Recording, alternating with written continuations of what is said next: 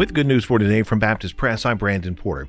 Pastor Landon Dowden at Hebron Baptist Church in Dacula, Georgia, knew his church was blessed to be completely debt-free with nearly 100 acres that could be used for ministry.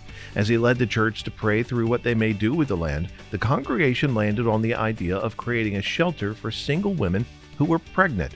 Dowden said despite being near Atlanta, they discovered there was not a shelter within hundreds of miles that was open to receive women who were under 18 years old. The Haven will allow for any woman at any stage of their pregnancy under 8 weeks post-partum. Under Georgia law, the women cannot stay at the home past 8 weeks after giving birth. Dowden told Baptist Press, "The Lord has blessed us with property, and we're in a highly populated area, and there is a need for a ministry like this." He said the folks at the church couldn't be more excited as they want to be a blessing to their community.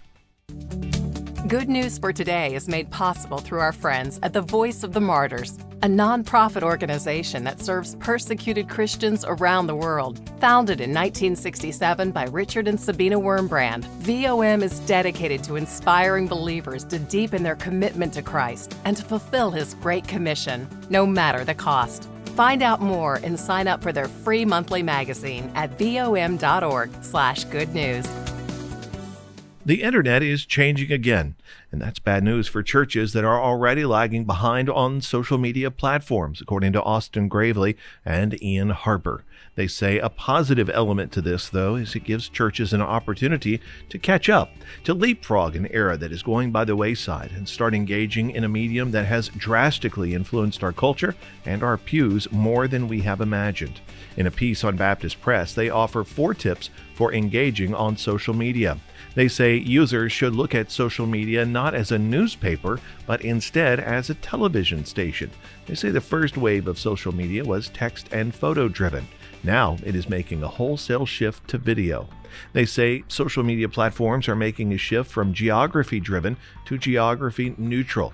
They say social media is becoming a global reach-only system. So how do you reach locally? Well, they encourage churches to return to email. They say the email list is more important now than ever. They also say there is a shift from brand to influencer. They say most people will see a church's online presence the same way they see brands. They aren't personal. They are self-serving, focusing primarily on pushing out church events and information, not helping or engaging the social media consumer. They encourage churches to take a deep look at what they're posting. They also encourage churches to think about how they share information, realizing the way people get their information is changing. You can read the full piece at baptistpress.com.